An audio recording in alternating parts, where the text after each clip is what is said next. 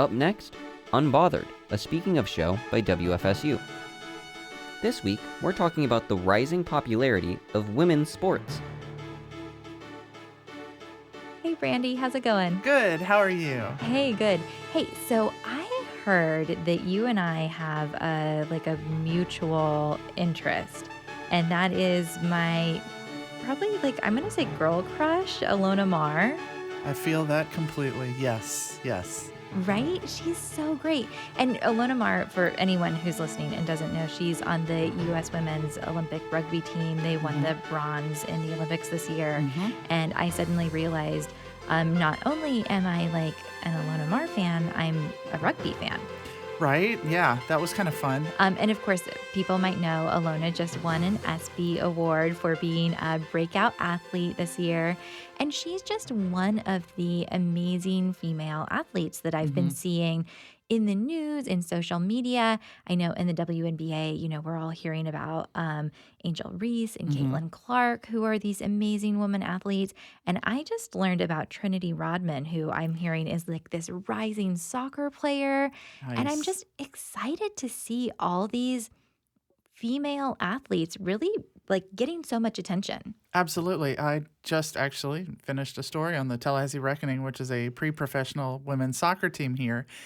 And it's amazing that we have a pre-professional soccer team. FSU's women's soccer has always been outstanding, but now we have a pipeline for young women who want to go from college to the professional leagues. Yeah, I actually just talked to Ashlee Fontes, who's the founder and CEO of Tallahassee Reckoning, about women's sports and why is it that we're seeing this rise today in recognition and appreciation of female athletes. What's this? The saying goes something like overnight success is 20 years in the making. Ashlee, you've been in the sports world for most of your life as a player, a coach, an executive. What's your perspective? Are you seeing the same rise in women's sports that it seems like I'm seeing from my perspective?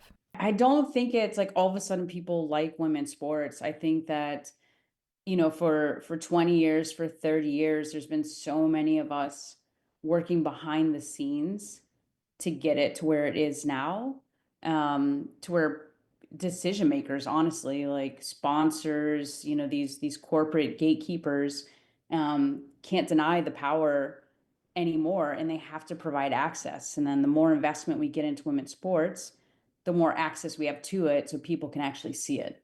We get more coverage now, right? Sports media is an institution of its own, a very powerful institution. So if you're covering it, what are you telling people?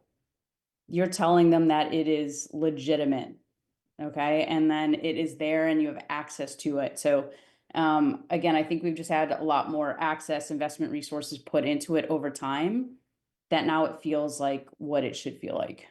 Do you think one of the factors that's led to an increased interest in women's sports is social media? I'm wondering if maybe that's what's helped raise the profile of what I might call the recent breakout stars in women's sports. In the WNBA, I'm thinking Angel Reece, Caitlin Clark, Ilona Maher, of course, in rugby are some of the examples that come to mind. Yeah, I definitely think it's a contributing factor, especially in some of the non mainstream sports. So like you mentioned, rugby, huge, right? Especially with the Olympics and what was done there. But Angel Reece, Caitlin Clark, I think the WNBA is a little more fascinating because it has a similar, in my opinion, it has a similar path or story that the NBA did, right? The NBA was kind of dead until you had Magic Johnson come out and Larry Bird. So you had these individuals that could rise through all the rest, and people just gravitated towards them. They're like, wow, this is amazing. Now I want to watch. We saw that with Angel Reece and Caitlin Clark, right? And I do think, to your point, social media has been huge. It's a totally different generation. But I think the power of social media is it gave players their own agency. What do you think about the experience for fans and spectators? Is there a difference between watching men's and women's sports?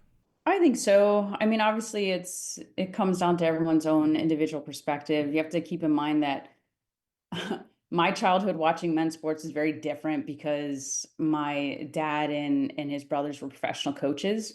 On the women's side, I think it's very, very different because we fought for so much for so long just to create our own space, to prove that we can play, that we deserve it, that we deserve these platforms, that we can be profitable, like every time, like every minute, every day. We've always been proven. So I think it's a much more sacred space, a protected space. And I think there's a different kind of emotional connection that fans can have, because one, the game is great, and watching women play basketball, soccer, any sport is just phenomenal. And then when you think about the adversity that each female has gone through in their own right to get there, whether it's on the field, on the court, or behind the scenes to build it, I think you want it a little bit more. I think fans want to see that success and celebrate it a little bit more. How does that feel now as a female athlete to see more people tuning in and more media coverage of women's sports? Is it a little bittersweet? Yeah, I think it's definitely bittersweet, but I think it's how do we utilize what we know and our experiences that we've had to create better futures?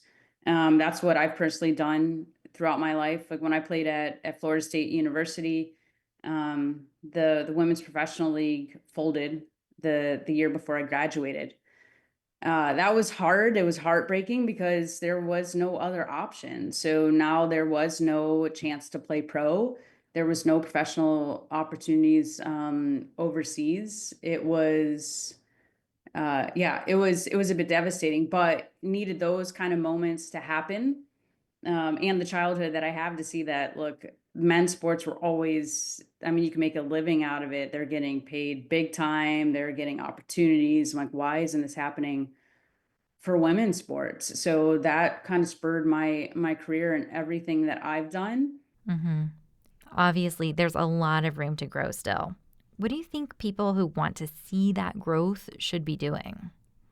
Women's sports are just getting started, right? So if we talk about the WNBA, that was 1996, and they're just turning the corner now, right? And the NWSL getting started with the first season in 2013. Like, we have so much more time that needs to be put under our belt.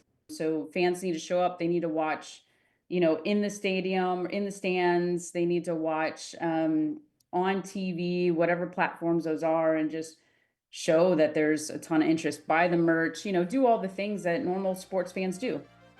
Ashlee Fontes, thanks so much for joining me today for another episode of Unbothered. All right, thanks, you too.